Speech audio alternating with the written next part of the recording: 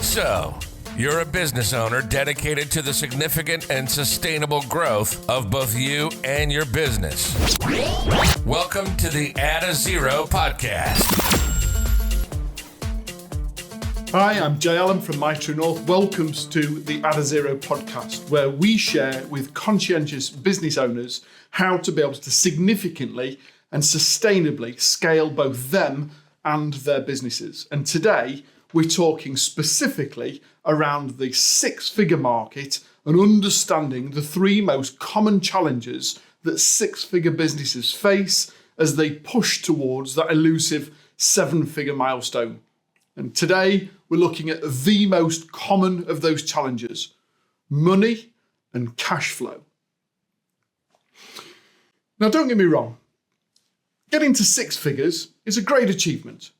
You've moved away from solopreneur, you've already got a small team in place. It's now a case of traction to be able to move the needle towards seven figures. There's already cash coming in, invoices are being sent out. So why on earth are we talking about money? Well, the simple fact is that Add a Zero research over the last 7 or 8 years now has clearly defined that one of the biggest risks for the six-figure market is around growing broke. Yep, that's what you heard. I'm not talking about going broke, I'm talking about growing broke. So let's understand what both are and understand as to the risk that we run as we push the needle and move from 100,000 to 250,000 to 500,000 and pushing for that seven-figure milestone. So first of all, what's going broke? Well, that's quite simply running out of money. The majority of businesses that fail have simply ran out of cash. They haven't been paid sufficiently for the services or products that they've already purchased. It's stagnant in the business, and they're struggling to be able to meet payroll or pay off existing debts.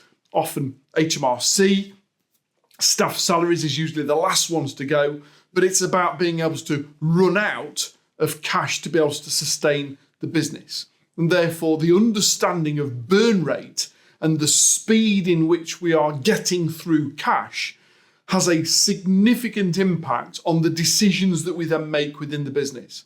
Now, within Add a Zero, we advocate that every business ought to have a small reserve. And now, don't get me wrong, I've seen so many businesses that will happily send out an invoice with the VAT and then spend the VAT money because the invoice has been paid in full, and then every quarter just rustle around to try and grab some money together or stick it on a credit card to be able to pay the VAT bill. And the simple fact is that 20% addition to the fee that you've charged, because you've charged a net plus VAT to be able to get your gross total, that 20% was never yours in the first place. So why on earth you're spending the taxpayer's money or the tax collector's money, I've got no idea in the first place. The simple fact is that the moment cash comes into the business, we ought to be segmenting that 20%, sticking it into a tax account, and be ready for being able to pay our VAT bill. And obviously, as the business grows and the invoice value grows, that tax account grows automatically also. We'll come back to that in a second. So it's all about being able to understand running out of money, going broke. And what that means is understanding the burn rates, the speed in which we are spending money from the business, understanding our break-even point, what does it cost every month to run the business, and ensuring that we've got a small reserve, particularly if you've got salaries other than your own, if you've got a team to look after, that's if for any whatever reason an invoice is late to be paid or something subsequently breaks within the business and we have an unexpected investment to make, that there's some cash in reserve that allows us to be able to continue to grow at the right rate of knots without it putting too much pressure or stress on the business. Now, sometimes businesses will have an overdraft facility, and we might dip into that from time to time if necessary to do so. But the best thing to do, the best in class, would be to have a third bank account, a third account within our business that is a reserve account that we can put aside and set aside a small amount of cash to protect us if anything was to happen in our primary account. Within Adazero Establishing Basecamp, the book that I've written, we talk a lot about this in chapter 5 and chapter 6, about the size of business that you're at and how much we ought to have in reserves. So that's all about going broke. So what's growing broke? Well, quite simply, it's about understanding the flow of cash into, through, and from the business. It's understanding as to when are we going to get paid and where are we going to get paid from and how much are we owing? Where is that money going to be distributed whilst it's with us? Some of it's got to go to salary and some of it might end up going to rent or mortgage or paying for business premises and some insurances and some subscriptions and the likes. Where does it go to and when is it due out? And therefore, when does it leave us? Understanding cash flow management is critical, particularly when we're in this phase, this multi-six-figure phase of pushing the needle and starting to really drive from growth, moving into the scale, to understand the flow of cash through the business. Now, don't get me wrong, I'm sure that you're already familiar with a P&L account, a profit and loss account. The risk of only relying on that is that's a historic data. It's all the things that have happened to get us to where we are today. Whereas a cash flow forecast is looking ahead. It's the projections of what's due to happen. And therefore understanding and the importance of having cash flow management within the business to know when are we due to be paid, what happens to the money whilst it's with us, and where do we distribute that to, and when does it leave us, ensures that there isn't any cash flow shortfall.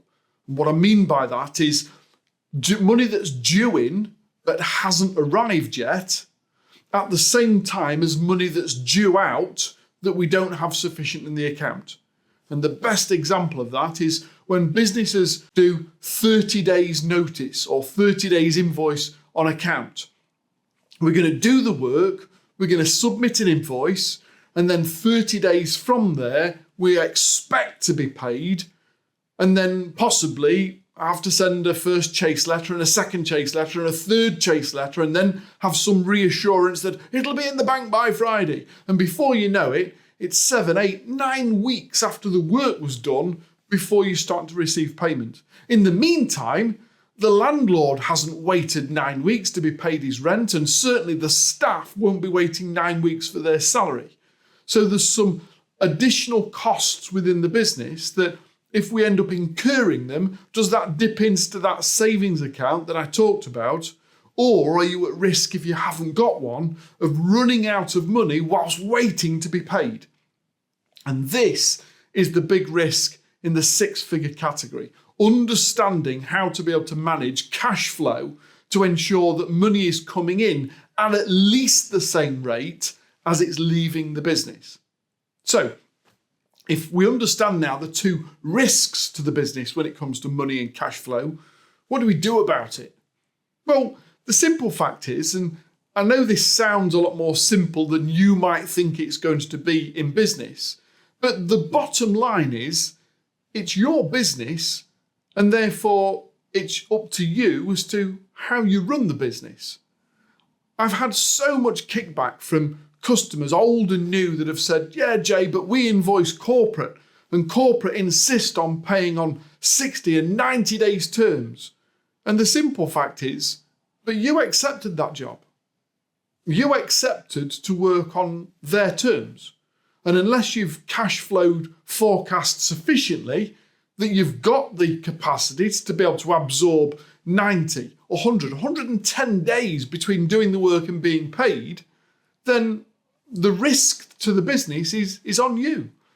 The simple fact is that it's your business and you get to choose.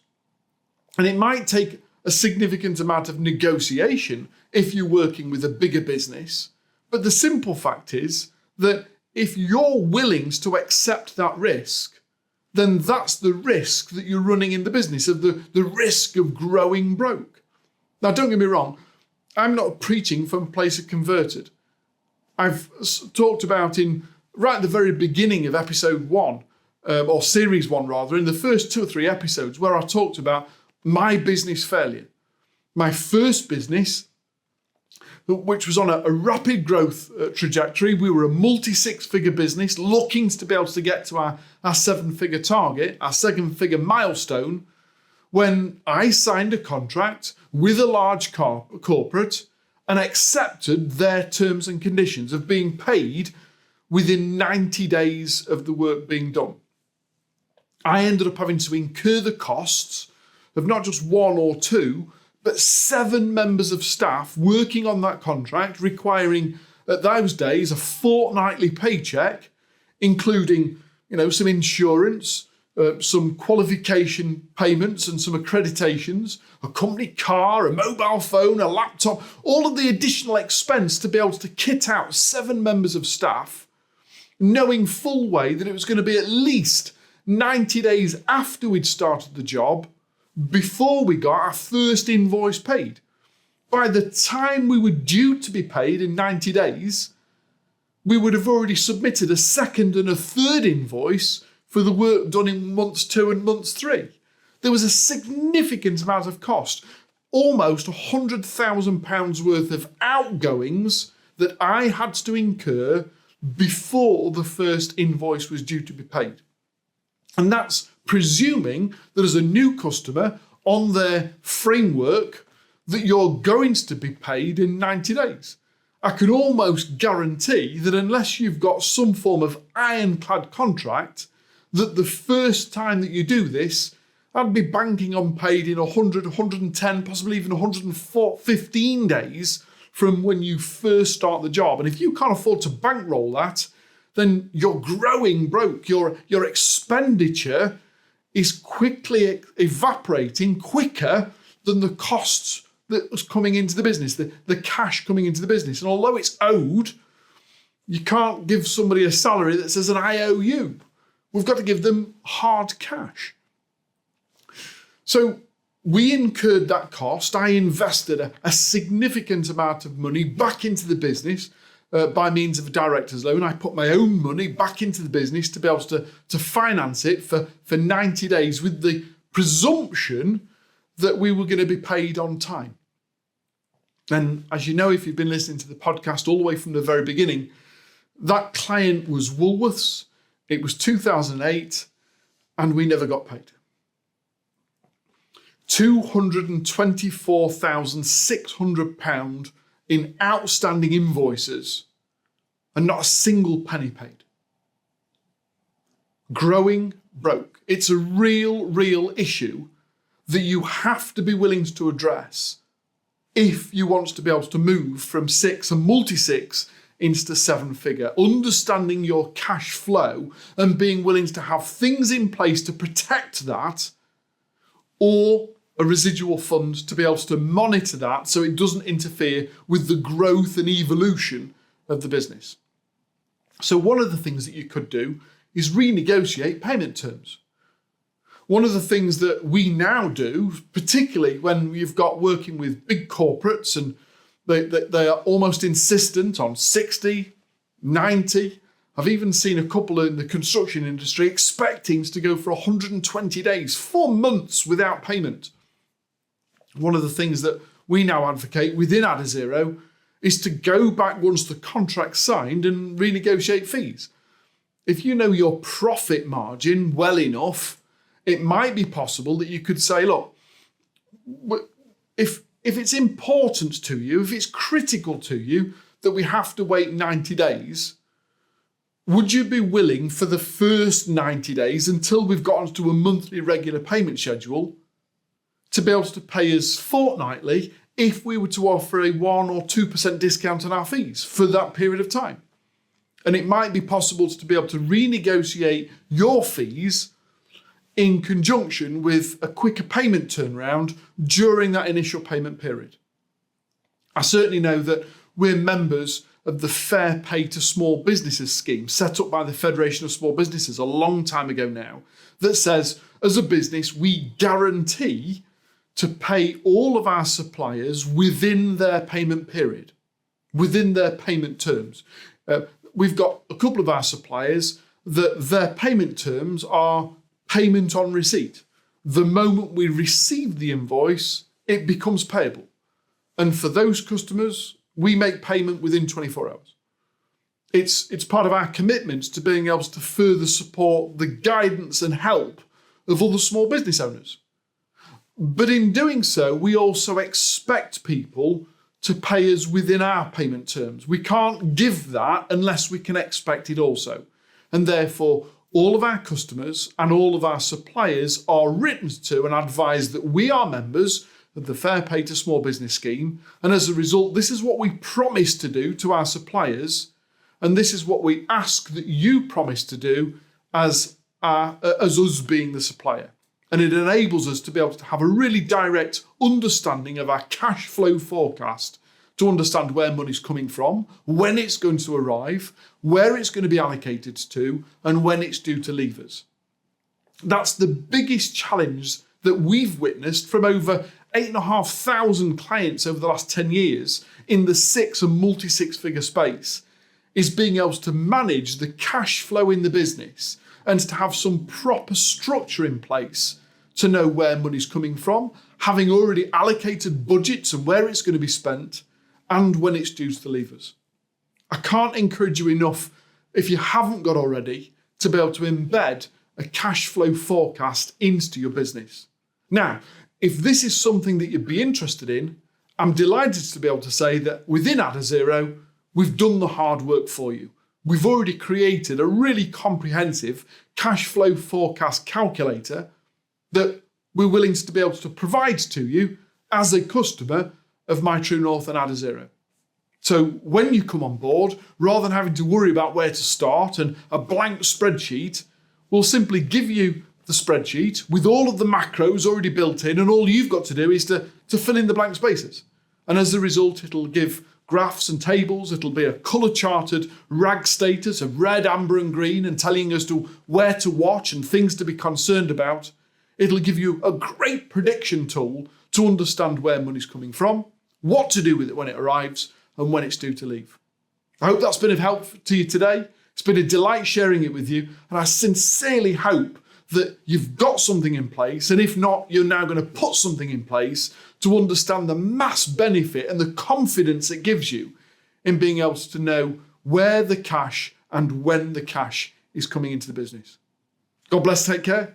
I'll see you again next week.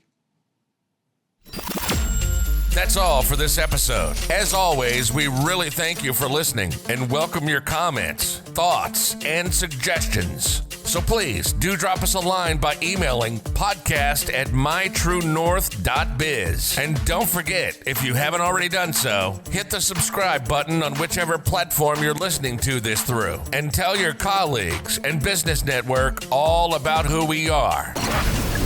You've been listening to the Adazero podcast, presented by Jay Allen. Brought to you in association with My True North, the UK's leading ethical coaching company.